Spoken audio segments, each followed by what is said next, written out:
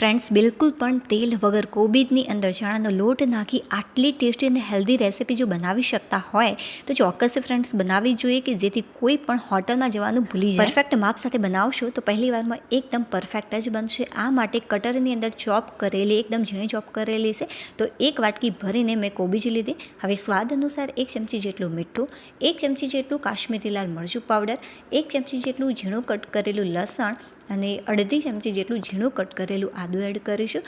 થોડીક કોથમીર એડ કરી દેવાની. જે કાશ્મીરી લાલ મરચું પાવડર આપણે એડ કર્યું છે એના કારણે સરસ મજાનો કલર અને ટેસ્ટ લાગશે.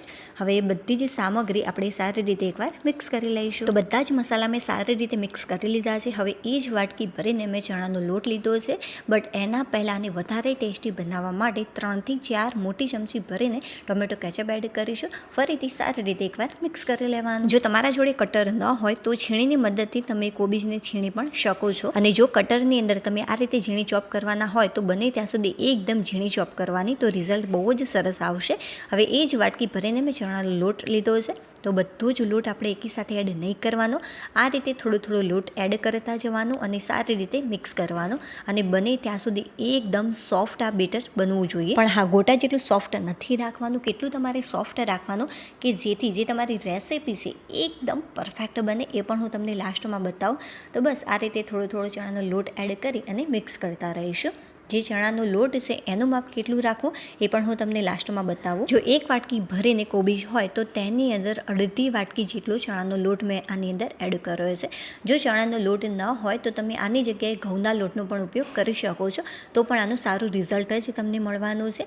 હવે બસ સારી રીતે બધી જ સામગ્રી મેં મિક્સ કરી લીધી અને આ ટાઈપનું એકદમ સોફ્ટ રાખીશું. રોટલી કરતાં પણ સોફ્ટ લોટ મેં તૈયાર કર્યો છે અને ગોટા જેવું બિલકુલ પણ નથી રાખવાનું. હવે હાથ ઉપર થોડુંક આપણે તેલ લગાવી લઈશું અને આ ટાઈપ આને વાળી લઈશું. આના પ્રોપર બોલ નહીં બને તો પણ ચાલશે, બટ હા, આનો જે ટેસ્ટ છે એ સારો જ લાગશે. જુઓ, આટલું એકદમ સોફ્ટ હોવું જોઈએ કે જેથી જે રેસીપી છે એકદમ પરફેક્ટ જ બને. તો આ રેસીપીની ખાસ બાબત એ છે કે લોટ બાંધવાની ખૂબી. જો લોટ બાંધતા સારી રીતે તમને આવડી જશે, મેં જે રીતે માપ બનાવ્યું છે એ રીતે બનાવશો તો બહુ જ સરસ જ બનશે. હવે આપણે લઈ લઈશું એક ડીશ. આને મેં ઘીથી ગ્રીસ કરી લીધી છે અને ત્યારબાદ બધા જ બોલ્સ આ રીતે મેં આની અંદર મૂકી દીધા.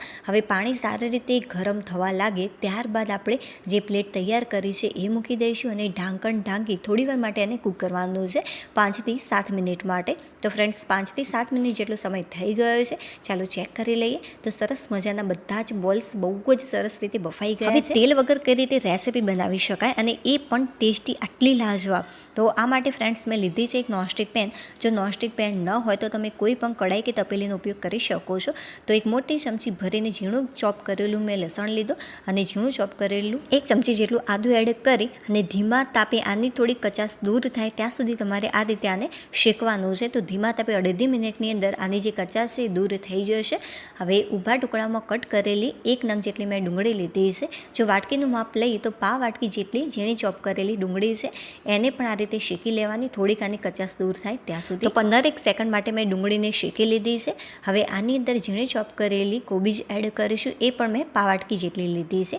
હવે આને પણ 15 સેકન્ડ માટે શેકવાની છે, બહુ વધારે નહીં શેકો તો પણ ચાલશે. હવે ઝીણું ચોપ કરેલું આપણે પાવાટકી જેટલું ટામેટું લઈ લઈશું.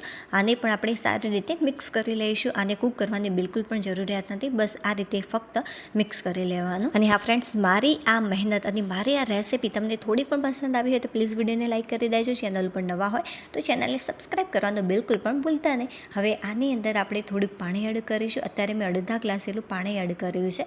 જો વાટકીનું માપ લઈએ તો એક નાની વાટકી જેટલું આની અંદર મેં પાણી એડ કર્યું. સારી રીતે એકવાર મિક્સ કરી લેવાનું. હવે ટેસ્ટી એવા મસાલામાં સ્વાદ અનુસાર એક નાની ચમચી જેટલું મીઠું એડ કરી લઈશું. થોડુંક આની અંદર કાશ્મીરી લાલ મરચું પાવડર એડ કરીશું, 1 ચમચી જેટલું, કે જેનાથી કલર અને ટેસ્ટ બંને બહુ જ સરસ લાગશે. હવે મેગીનો મસાલો લીધો છે તો એ એડ કરીશું 1 ચમચી જેટલો. જો હોય તો ચોક્કસથી એડ કરજો, નહીં તો તમે આના વગર પણ તૈયાર કરી શકો છો, તો પણ આ ટેસ્ટી જ લાગશે. હવે બધા જ મસાલા સારી રીતે એકવાર મિક્સ કરી લઈશું. ફ્રેન્ડ્સ, સાચી જ એટલી ટેસ્ટી રેસીપી બની હતી કે ખાવા માટે પડાપડી થઈ ગઈ. ચોક્કસથી ફ્રેન્ડ્સ એકવાર બનાવજો, મારી ગેરંટી છે બધાને બહુ જ પસંદ આવશે. બટ હા, જે બોલ્સ છે એ કઈ રીતે બનાવવા એ ધ્યાનથી બનાવજો. જે મેં રીત તમને શીખવાડી છે એકદમ સોફ્ટ લોટ તૈયાર કરવાની, એ રીતે ટ્રાય કરો. હવે 3 થી 4 ચમચી જેટલો ટોમેટો કેચઅપ એડ કરીશું. ફરીથી આને એકવાર મિક્સ કરી લેવાનું. શાકભાજીને બહુ જ કૂક કરવાની જરૂરિયાત નથી, થોડા કાચા પાકા રહેશે તો પણ ટેસ્ટી જ લાગશે. ચાલો હું તમને બોલ્સ બતાવી દઉં. જે ચપ્પુ છે એકદમ સાફ નીકળે છે, મતલબ કે જે બોલ્સ છે એ એકદમ પરફેક્ટ રીતે કૂક થઈ ગયા છે. હવે આની અંદર તૈયાર કરેલા બધા જ બોલ્સ એડ કરી દઈશું. તમે આને તળીને પણ આની અંદર એડ કરી શકો છો જો બાફવા ન હોય તો, બટ મારે તેલ વગરની રેસીપી તૈયાર કરવી હતી એટલા માટે મેં આ રીતે ટ્રાય કર્યો અને ખરેખર બહુ જ ટેસ્ટી બને. તો બધા જ બોલ્સ મેં આની અંદર એડ કરી દીધા છે. હવે સારી રીતે એકવાર મિક્સ કરી લેવાનું. તમને જો ગ્રેવીવાળું પસંદ હોય તો ચોક્કસ ફ્રેન્ડ્સ આની અંદર થોડું પાણી એડ કરજો કે જેથી સારી એવી ગ્રેવી બને, અને ગ્રેવી જે છે થોડું કૂક કરશો તરત જ આ ઘટ થઈ જશે. તો એક વાટકી જેટલું મેં ફરીથી આની અંદર પાણી એડ કર્યું છે. હવે ઢાંકી થોડી વાર માટે કૂક કરી લઈશું, લગભગ અડધી મિનિટ માટે. જે ગેસની ફ્લેમ છે એકદમ મેં ફાસ્ટ રાખી છે અને ફાસ્ટ ફ્લેમ ઉપર અડધી મિનિટની અંદર જે ગ્રેવી છે એ સારી રીતે ઉકળવા લાગી અને સારી એવી ઘટ પણ થઈ ગઈ છે. જ્યારે ફ્રેન્ડ્સ આ રેસીપી બનશે ત્યારે હું તમને સૂર્યપ્રકાશમાં આનું ઓરિજિનલ રિઝલ્ટ બતાવીશ કે ખરેખર જે રેસીપી છે કેવી બની છે અને જે આનો ટેસ્ટ છે એ કેવો છે એ હું ટેસ્ટ કરી તમને સાચી માહિતી આપીશ.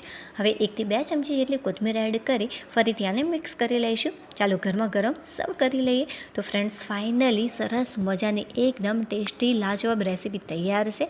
જુઓ આનું ઓરિજિનલ રિઝલ્ટ આ રેસીપીનું સૂર્યપ્રકાશમાં હું બહાર લાવી છું. વાવ ફ્રેન્ડ્સ, કેટલી સરસ મજાની એકદમ સોફ્ટ બની છે.